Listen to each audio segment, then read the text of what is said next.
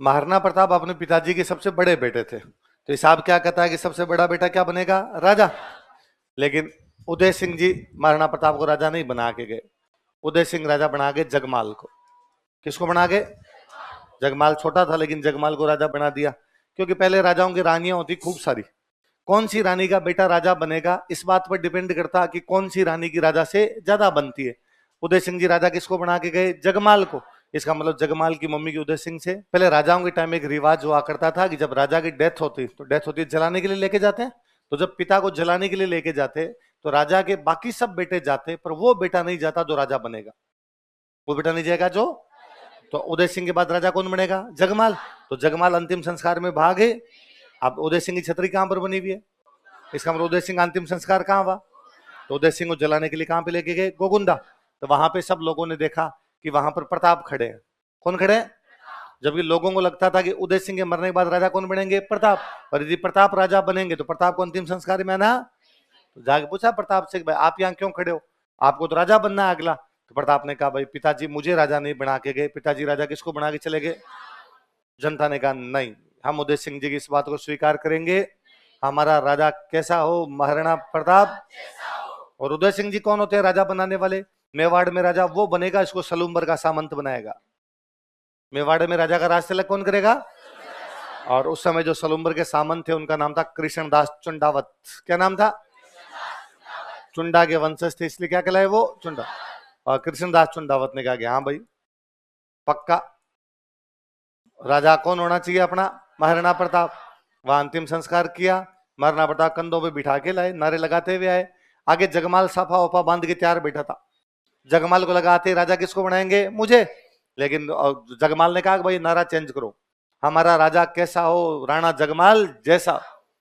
कृष्णदास चुंडावत ने जगमाल का हाथ पकड़ा, कुर्सी से नीचे उतारा और कुर्सी पर किसको बिठा दिया? तो महाराणा प्रताप का राज तिलक कौन करता है? कहां पे? उदय सिंह की डेथ गोगुंदा हुई थी, गोगुंदा ही रहते थे, तो राज तिलक कहां पर होगा? गोगुंदा। आप जब आरएस का पेपर दोगे, आपके आरएस का रिजल्ट आएगा, फाइनल रिजल्ट एकदम, आपने इंटरव्यू दे रखा है, फाइनल रिजल्ट का वेट कर रहे हो, और रात को 11 बजे आपको पता चला कि आपका सिलेक्शन हो गया, तो राज तिलक तो हो गया आपका। अब आज के टाइम में आरएस अपने आप में राजा ही तो है, तो राज तिलक तो हो गया आपका। आप हाथों हाथ दोस्तों को फोन करते हो कि भाई एसडीएम बन गया आपका, है ना? कोचिंग फोन करते हो कि सर मेरा सिलेक्शन हुआ है। घर वालों को फोन करते हो कि मेरा सिलेक्शन हो गया। घर वाले कहते हैं सिलेक्शन हो गया तो गाड़ी लेके तेरे को लेने के लिए आ रहे हैं। यही है, फटाफट अपने गांव आ जा। पर आप कहते हो नहीं, कल कल एक बार रुको, कल मैं दोस्तों से मिल लूं, कोचिंग जाके आ जाऊं, परसों में आ जाऊंगा, एक दिन छोड़ के आ जाऊंगा। यही होगा। अब आप 2 दिन बाद में गाँव जाते हो, गाँव वाले बाकायदा गाड़ियां वाड़ियां लेके आते हैं आपको, आप हाथ हिलाते हुए चारों तरफ बहारो, फूल बरसाओ, हमारा आरएस बेटा आया है टाइप का फीलिंग होता है। घर वाले पार्टी देते हैं, क्योंकि आपने पहले, मम्मी ने घोषणा कर रखी है कि जैसे बेटे का सिलेक्शन होगा बालाजी की सवामणी कर दूंगी, है ना, माता जी का जागरण लगवा देंगे, होता है ऐसा। तो मतलब आपका सिलेक्शन तो हो गया आज, और पार्टी होती है 4 दिन बाद, ऐसा ही तो था। या हाथों हाथ वही रात को 11 बजे आपको जो पार्टी, बुआ को और मामा को और सबको बुला, ऐसा नहीं होता ना। तो प्रताप राजा तो कहां बने? गोगुंदा। अब राजा की पार्टी भी तो देंगे, राजा बने, सेलिब्रेट तो करेंगे, राज तिलक का फंक्शन करते। किसका फंक्शन? अब राज तिलक का फंक्शन होता राजधानी में, कहां पर होता? भाई राजा तो जहां है वहीं बन जाएगा, लेकिन फंक्शन तो कहां करो? राजधानी। मेवाड़ वालों की राजधानी कौन सी? चित्तौड़गढ़। पर चित्तौड़गढ़ पे कब्जा किसने कर लिया? अकबर। तो संकटकालीन राजधानी। तो प्रताप का राज तिलक का फंक्शन का कहां पर हुआ था? अब जब आप अपने घर पे जाके पार्टी दोगे, आरएस बनेगी, तो सबको बुलाओगे, मामा बुआ रिश्तेदार सबको बुलाओगे। तो प्रताप ने बुलाया। पास में मारवाड़ के पास रियासत पड़ती, सॉरी मेवाड़ के पास रियासत पड़ती मारवाड़, और मारवाड़ के राजा थे उस समय चंद्रसेन। कौन थे? बड़े राजा थे। महाराणा प्रताप की बहन की शादी हो रखी थी चंद्रसेन से, तो इनको तो बुलाएंगे। तो मारवाड़ के कौन से राजा ने उस फंक्शन में भाग लिया था? अब इधर प्रताप राजा बने, उधर मुगल बादशाह कौन था? अकबर।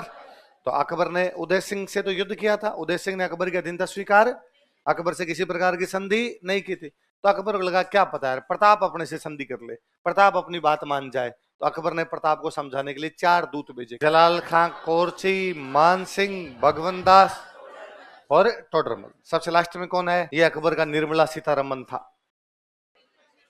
क्या था अकबर का? वित्त मंत्री। क्या था? तो अकबर का फाइनेंस मिनिस्टर था, वो कौन था? उसने समझाया था महाराणा प्रताप को, महाराणा प्रताप मैं तो वित्त मंत्री हूं, मुझे पता है अकबर के पास खूब सारा धन है, और तुम्हारे पास इतना धन है नहीं है, इसलिए यदि तुम अकबर से लड़ोगे तो इसमें तुम्हारा घाटा, उसका तो। लेकिन महाराणा प्रताप ने उसकी बात मानी। मान से सॉरी, टोडरमल से पहले कौन है? भगवंत दास। कौन है? भगवंत। भगवंत दास आमेर के राजा थे। कहाँ के राजा? आमेर का दो या जयपुर का दो। तो आमेर के राजा कौन थे? भगवंत दास। उनसे पहले कौन है? ये भगवंत दास जी का बेटा है, मतलब आमेर का राजकुमार। तो आमेर की तरफ से दो लोग गए थे, पहले तो गया था राजकुमार, बाद में कौन गया था? राजा। एक सामान्य दूत और था, उसका नाम क्या है? जलाल खां कोरची। कोरची तो 1572 में चला गया, जिस साल महाराणा प्रताप राजा बने थे, प्रताप को समझाने के लिए, या अकबर की तरफ से गए भाई अकबर से क्या कर ले? संधि। लेकिन महाराणा प्रताप ने इन चारों की बात स्वीकार, अकबर से संधि। तो जब बातचीत के सारे रास्ते बंद हो जाएंगे तब क्या होगा? युद्ध।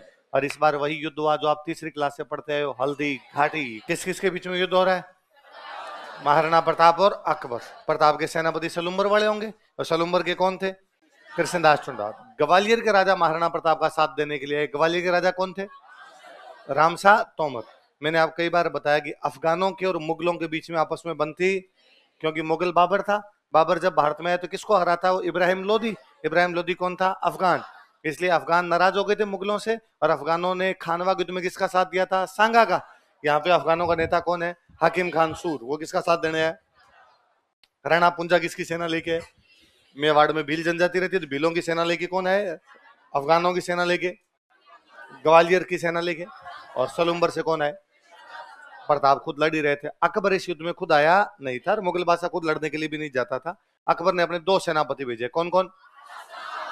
असफ खान और मान सिंह। मान सिंह को पहली बार इसी युद्ध में सेनापति बनाया गया था। इससे पहले मान सिंह को कभी भी किसी युद्ध में सेनापति बना के, हाँ युद्ध में चला गया होगा, लेकिन पहली बार सेनापति, पूरी सेना की बागडोर पहली बार सौंपी गई। हल्दी घाटी वास्तव में पहाड़ियों के बीच की जगह है, दोनों तरफ पहाड़ियां हैं, इनके बीच में जो जगह है यहाँ पर, उसका नाम क्या था? हल्दी घाटी। कहते महाराणा प्रताप ये जानते थे कि अपनी सेना कम है और मुगलों की सेना ज्यादा है, तो ये यहाँ पर अपनी लोकेशन लेके खड़े थे कि मुगलों की सेना जब इस घाटी के अंदर घुसेगी तो घाटी में पूरी सेना एक साथ आ नहीं सकती, और पूरी सेना नहीं आएगी तब हम अपने उनको मारेंगे। और मान सिंह ने जैसे ही घाटी में अपनी सेना घुसाई, मेवाड़ वाले आगे तैयार खड़े थे। उन्होंने शुरुआत का हमला इतना भयंकर किया कि मुगलों के साथ में उनका एक राइटर आया हुआ था, बदायूनी। कौन आया हुआ था? बदायूनी कहता है कि भाई साहब, हम बनास नदी के पास में, यहाँ से एक नदी निकलती है, कौन सी? बनास। हम बनास नदी के पास में 5-6 मील वापस भागे थे। तो वापस कई दूर तक वो वापस भागे जाते हैं बनास नदी के आसपास है, कि इसका मतलब उन्होंने घाटी से वापस बाहर निकले। वो अब बाहर निकले घाटी से तो यहाँ आके लड़े। ये जो यहाँ आके लड़े, ये मैदान है, इस मैदान का नाम है बादशाह बाग। क्या नाम है? तो पहले लड़ाई घाटी में भी, हल्दी घाटी के अंदर, बाद में लड़ाई मैदान में, और मैदान में कहां पर भी? बादशाह। कहते मैदान में जब आमने सामने की लड़ाई हुई तो महाराणा प्रताप ने मान सिंह को देखा। मान सिंह अपने हाथी पे बैठा हुआ था। मान सिंह के हाथी का नाम था मर्दाना। क्या नाम था? प्रताप अपने घोड़े पे थे, घोड़े का नाम चैतक। महाराणा प्रताप को लगा मेरी लड़ाई मुगलों के साथ है, आसफ खान का सेनापति आना कोई बड़ी बात नहीं, आसफ खान आएगा मुगलों की तरफ से, पर मान सिंह तो आमेर का राजकुमार है, ये क्यों लड़ने आया भाई मेरे से? पहले मान सिंह और भगवंत दास दोनों बाप बेटे समझाने के लिए आ गए, अब मुगलों की तरफ से लड़ने के लिए आ गए, इनको बताता हूं। और कहते हैं महाराणा प्रताप अपना घोड़ा लेके किसकी तरफ जाते हैं? पर मान सिंह उनका मुख्य सेनापति अकेला तो खड़ा नहीं होगा, चारों तरफ आर्मी खड़ी है, पर महाराणा प्रताप उसको काटते पीटते एकदम पास पहुंच जाते हैं। वहां जहां मान सिंह अपने हाथी पर बैठ के लड़ रहा था, तो मान सिंह के ठीक सामने मान सिंह का एक बॉडी गार्ड खड़ा है, हट्टा कट्टा आदमी एकदम, बहलोल खान। कौन खड़ा है? डाकी टाइप का आदमी, घोड़े पे बैठा हुआ आगे। अब बहलोल खान को क्रॉस करे बिना मान सिंह के पास आप पहुंच ही नहीं सकते। कहते महाराणा प्रताप के एक हाथ में तो घोड़े की लगाम, लगाम समझ गए, रस्सी, एक हाथ में उनकी तलवार है। उस तलवार से उन्होंने बहलोल खान को तलवार मारी, बहलोल खान को बीच में से चीर दिया, एकदम दो टुकड़े हुए बहलोल खान, आधा इधर और आधा। या तो महाभारत के युद्ध में भीम था, भीम ने जरासंध को मारा था। किसको? दोनों टांगे पकड़ी थी, चीर दिया था बीच में से। तो या तो जरासंध को बीच में से चीरा था किसने, या बहलोल खान को बीच में से चीरा था किसने? पर एक अंतर है, भीम ने जब जरासंध को चीरा तो दोनों हाथ लगाए, प्रताप का तो हाथ ही। जरासंध बहलोल के वध में यह व्यतिरेक, भीम कियो दो भुजन थे पातल ने कर एक। कि जरासंध के और बहलोल खान के मारने में एक अंतर है, कि भीम ने जब जरासंध को मारा था दोनों हाथों का प्रयोग किया, लेकिन प्रताप ने तो हाथ ही। फिर प्रताप अपना भाला जो था वो मान सिंह पर मारते हैं। हाथी में जो बैठने की जगह होती है उसको बोलते हैं होदा। क्या बोलते हैं? मान सिंह उस होदे में नीचे हो जाता है, भाला उसके ऊपर से निकल जाता है। पर मान सिंह बड़ा समझदार सेनापति था, उसने अपने हाथी की सूंड के अंदर एक तलवार, एक चाकू लगा रखा था, चेतक, अच्छा जब आप घोड़े पे बैठ के हाथी पे मारोगे तो हाथी तो ऊंचा होता है, तो कहते चेतक ने अपने अगले दोनों पैर हाथी की सूंड पे लगा दिए थे, तो चेतक काफी ऊंचा हो गया तो महाराणा प्रताप ने भला मार दिया। अब चेतक जब वापस उतार रहा था अपने पैर, तो उसके वो घोड़े के चाकू लगा हुआ था, आगे वाले दोनों खुर कट गए उसके। खुर समझते हो? खुर कट गए। अपने नाखून काटते हैं जब, और नाखून थोड़ा एक्स्ट्रा कट जाए तो 3 दिन तक ऐसे खाना खाते हैं, उस अंगुली को साइड में छोड़ के है। और सर्दियों के दिनों रजाई में भी थोड़ी सी अंगुली लग जाए तो भाई साहब नींद उड़ जाती है। तो बेचारे घोड़े के जब दोनों पैर ही कट गए आगे से, क्या घोड़ा चल पाएगा? महाराणा प्रताप लगा घोड़े क्या हो गया, चल नहीं पा रहा है। उन्होंने देखा कि भाई घोड़े के तो पैर ही कट गए, तो अपने घोड़े को बाहर लेके जाते हैं। मेवाड़ में रिवाज था कि राजा किसी भी वजह से बाहर जाए तो राजा की जगह सादड़ी का झाला लड़ेगा। कौन लड़ेगा? जब सांगा बाहर गया था सादड़ी का झाला था अज्जा। कौन था? अज्जा। इस बार प्रताप जब बाहर गए तो सादड़ी का झाला था बिद्दा। कौन था? या झाला बिद्दा, या उसी का एक नाम और मिलता अपने को, झाला मान। उन्होंने बाद में युद्ध को लीड किया। मान सिंह के रासब खान के जल्दी समझ में आ गई कि पार पड़ेगी नहीं, वो अपनी सेना पीछे हटा लेते हैं, और मान सिंह और रासब खान यहां से वापस चले गए गोगुंदा। कहां चले गए? लेकिन वो डरी हुई सेना इतनी भयंकर थी कि गोगुंदा में भी रात को पूरी रात जागते सोए रहे और पहरा लगाया कि रात को महाराणा प्रताप अटैक करके फिर मारेंगे अपने को। फिर मुगलों के साथ समस्या ये हुई कि मुगलों की चारों तरफ से सप्लाई कट कर दी गई। सेना पड़ी रहेगी तो खाने पीने के लिए कुछ चाहिए, मुगलों को खाने पीने का सामान भी कुछ मिल ही नहीं रहा था, अपने घोड़े मार मार के खाए थे, और कुछ है ही नहीं आपके पास खाने के लिए। फिर जैसे तैसे इनकी सेना वापस आती है, वापस जाती है तो अकबर से मिलते हैं अजमेर में जाके। अकबर ने पूछा कि हाँ भाई महाराणा प्रताप को मार दिया? उनका सॉरी सर। तो पकड़ के लाए महाराणा प्रताप? उनका सॉरी सर। तो हरा क्या है? उनका सॉरी सर। तो संधि कर ली उसे? Sorry sir. तो क्या सोचकर आए थे कि सरदार खुश होगा, इनाम देगा? और उसने मान सिंह आसफ खान कहा कि आज के बाद दोनों मेरे दरबार में दिख गए तो देख लेना, भगे सब, आज के बाद दरबार में नहीं आओगे। अरे सर बात तो सुनो हमारी। पर उसने कहा नहीं, और तुम नहीं पकड़ पाए, तुम नहीं हरा पाए, तुम नहीं संधि करवा पाए, अकबर खुद जाएगा और अकबर खुद महाराणा प्रताप को पकड़ के लाएगा। ठीक है तुम देख लो। अब अकबर खुद आया, तो जून में तो अटैक किया था मान सिंह आसफ खान ने, और अकबर खुद आ गया था अक्टूबर में। इसका मतलब बादशाह की मिर्ची तो खूब ही लगी। अकबर खुद, बादशाह कभी जाता ही नहीं था, इस बार बादशाह ने कहा मैं बताता हूँ कैसे पकड़ना। प्रताप ये जानते थे, इन्होंने पहले ही पूरी पब्लिक को शिफ्ट किया पहाड़ों में, अपने राशन पानी शिफ्ट किया पहाड़ों में, हथियार लेके बैठ गए पहाड़ों में। अकबर को पहाड़ों में आओ, आएगा तब लड़ेंगे। अकबर जाता है उदयपुर। कहां जाता है? और उदयपुर पे कब्जा करता है, और उदयपुर पे कब्जा करके अपनी सेना को कहता है कि जाओ महाराणा प्रताप को पकड़ के लाओ। सेना उदयपुर से जाती है, मार खा के वापस आ जाती है, क्योंकि पहाड़ों की लोकेशन उनको पता नहीं, पहाड़ों के रास्ते उनको पता नहीं। सबसे बड़ी बात, पहाड़ों में बड़ी सेना जा ही नहीं सकती, छोटी छोटी टुकड़ियों को जाना पड़ेगा। छोटी छोटी टुकड़ियों को जाता तब वो मारते उनको वहां पे। अकबर को वापस आया कि साहब नहीं जीत पाए, कोई बात नहीं कल वापस ट्राई करना। कई दिन अकबर बैठा रहा। अकबर ने फाइनली एक दिन सेना से पूछा, अरे यार क्या कारण है यार, हम मुगल हैं मुगल, और हम नहीं जीत पा रहे। सैनिकों ने कहा सर हम मुगल हैं, गूगल थोड़ी है, अंदर की लोकेशन ट्रेस नहीं हो पा रही थी। अकबर की समझ में आ गई कि यहाँ पार पड़ेगी। तो अकबर उदयपुर पे कब्जा कर ही रखा था उसने, वो उदयपुर का नाम बदल देता है, नाम बदल करता है मोहम्मदाबाद। क्या करता है? और अपने 2 सेनापतियों को यहाँ पे छोड़ के चला जाता है। एक सेनापति तो मान सिंह का अंकल है, जगन्नाथ कछवाहा। उसने जगन्नाथ कछवाहा कहा भाई संभाल, तू संभाल एक तो। प्रताप को पकड़ के ला। उसने कहा हाँ साहब हम लाते हैं, आप चलो। और एक सेनापति उसका नाम है सैयद फखरुद्दीन। अकबर वापस गया तो आगे मान सिंह और आसफ खान तैयार खड़े थे। उनका अच्छा पकड़ लाया क्या, वो जो पीछे आ रहा है वो महाराणा प्रताप है क्या? अकबर ने कहा कल से चुपचाप दोनों दरबार में आ जाना। उसने कहा था हमने पहले ही कहा था यार वहां पार पड़ेगी। पर अकबर ने सेनापति चेंज किया। अकबर को लगा क्या पता नया सेनापति जाए तो जीत के। इस बार सेनापति भेजा गया शाहबाज खान, और शाहबाज खान कहा कि जाओ प्रताप को पकड़ के लाओ, और यदि प्रताप नहीं पकड़ा गया तो मेरे को मुंह मत दिखाना, वापस आ गए। उसने कहा डन मैं जाता हूं। फिर उसने कुंभलगढ़ पर 3 अटैक किए। उस समय प्रताप कहां पर बैठे थे? कुंभलगढ़। कुंभलगढ़ पे 3 अटैक करता वो, 77 में, 78 में और 79 में। फिर वो पंजाब चला गया। मुंह नहीं दिखाना था ना। एक बार प्रताप को जरूर लगा था पार नहीं पड़ेगी, तो कुंभलगढ़ खाली करके चले गए थे। शाहबाज खान कुंभलगढ़ पे कब्जा भी करता है, लेकिन थोड़े दिनों बाद प्रताप ने कुंभलगढ़ वापस खाली करवा लिया और शाहबाज खान को यहाँ से निकाल दिया। तो याद रखना शाहबाज खान ने कुंभलगढ़ पर अटैक किए थे। कहां किए थे? इससे पार नहीं पड़ी तो अकबर ने फिर सेनापति चेंज किया। इस बार सेनापति एक नए भेजे गए, अब्दुल रहीम खान खाना। अकबर के एक नए सेनापति आए हैं, सेनापति का नाम है अब्दुल रहीम। खाने खाना तो उपाधि होती थी। अब्दुल रहीम वही है जो बचपन से आपने दोहे पढ़े, रेमन धागा प्रेम का मत तोड़ो छिटकाए, टूटे से फिर जुड़े नहीं, जुड़े गांठ पढ़ा आपने? तो रहीम जी जो प्रेम व्रेम की बातें करते, अकबर ने कहा जाओ तलवार चलाओ। रहीम जी ने कहा यार अपने फालतू में लड़ाई वड़ाई करनी। रहीम जी आके बैठ गए शेरपुर। कहां बैठ गए? शेरपुर उदयपुर में एक जगह, वहां पर अपनी लोकेशन ले ली, बैठ गए और उन्होंने प्रताप पर कोई हमला, और अकबर को थोड़े दिन में लेटर लिख के भेजते, हमने प्रताप पर हमला किया लेकिन वह हाथ नहीं आया। थोड़े दिन वापस गए, इस बार तो एकदम नजदीक ही पहुंच गए थे लेकिन पार पड़ी। अकबर कहता कोई बात, well done boys, well done, लगे रहो। क्योंकि अकबर ये तो कह नहीं सकता ना हाथ क्यों नहीं आए, क्योंकि यदि अकबर ये कहते हाथ क्यों नहीं आए तो रहीम जी वापस लेटर लिख के पूछ ले, भाई मान सिंह, आसफ खान, तू खुद और शाहबाज खान चारों मिलके बता दो कैसे हाथ आते हैं तो हम तो पकड़ लेंगे। तो अकबर बेचारा क्या कर सकता था। अब रहीम जी क्या करते हैं बैठे बैठे, दिन में करते शिकार, शाम को शिकार खा के सो जाते हैं अपने।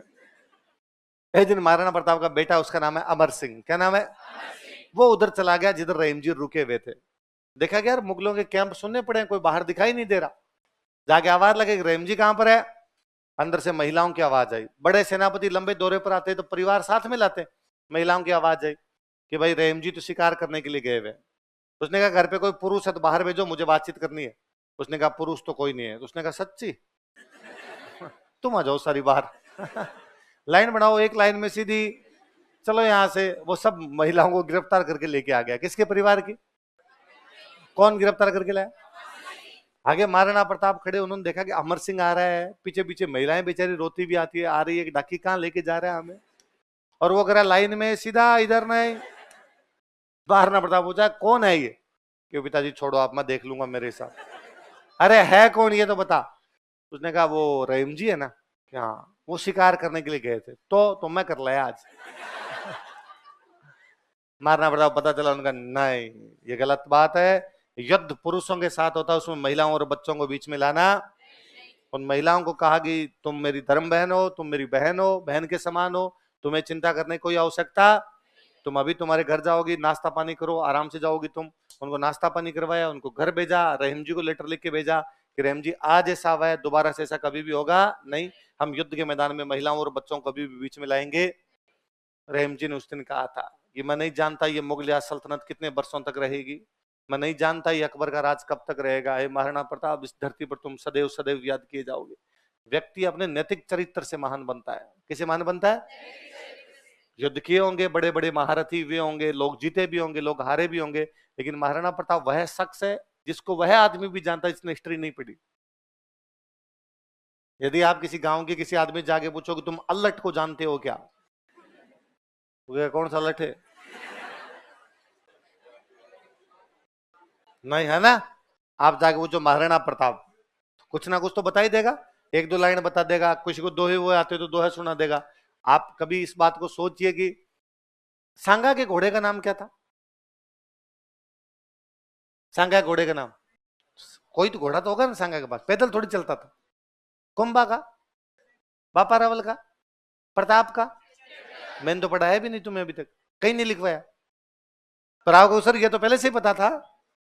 मतलब उसका घोड़ा भी फेमस हुआ है, और इतना फेमस हुआ है कि पुलिस वालों की गाड़ी का नाम, इतना फेमस हुआ कि भारत में कंपनी स्कूटर बनाती है अपना नाम। एक आदमी ने प्रताप को लाके पैसे दिए, उस आदमी का नाम था भामासा। उस आदमी का नाम क्या था? हम आज दिन तक जो दानवीर होता है उसको क्या कहते हैं, है ना। तो कई बार कोई चीजें इतनी फेमस हो जाती है कि वो बाउंड्री क्रॉस कर जाती है, उसके अंदर महाराणा प्रताप है।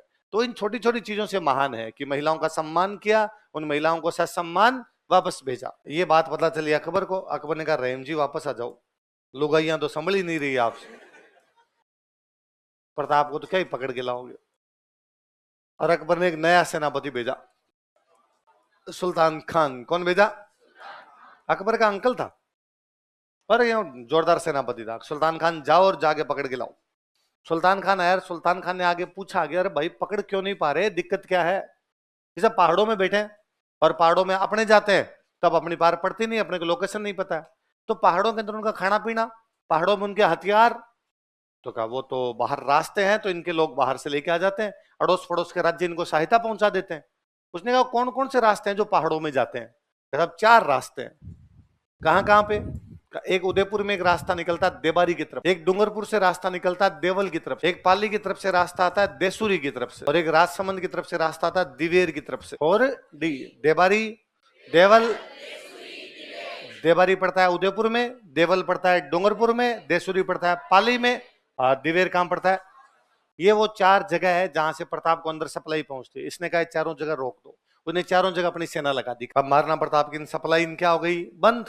अंदर बैठे हैं, अब अंदर का माल तो खत्म होना है, सप्लाई तो वापस लेनी पड़ेगी अपने को। सप्लाई आए कहां से भाई साहब? रास्ते सारे बंद है। तो दशहरे का त्योहार आया। कौन सा? और दशहरे पे अपने हथियारों की पूजा करते। हथियारों की पूजा के बाद में होता था कि हथियार, तलवार म्यान में तभी जाएगी जब तलवार पर खून लगेगा।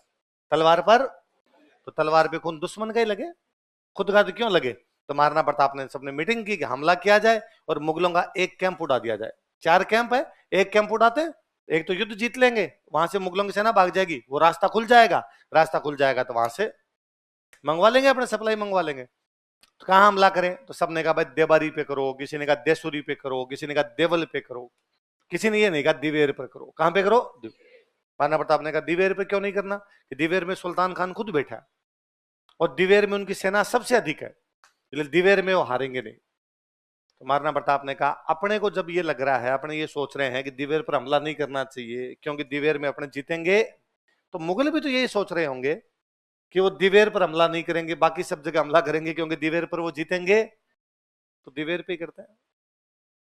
वो भी तो ओवर कॉन्फिडेंस के अंदर है। तो उनका साहब दिवेर में थोड़ा रिस्क है। महाराणा प्रताप ने कहा रिस्क है तो, और भाई साहब गजब बड़ा युद्ध है। हल्दी घाटी के 6 साल बाद में 1582 में दिवेर मुगलों की पूरी फौज ही मार दी थी।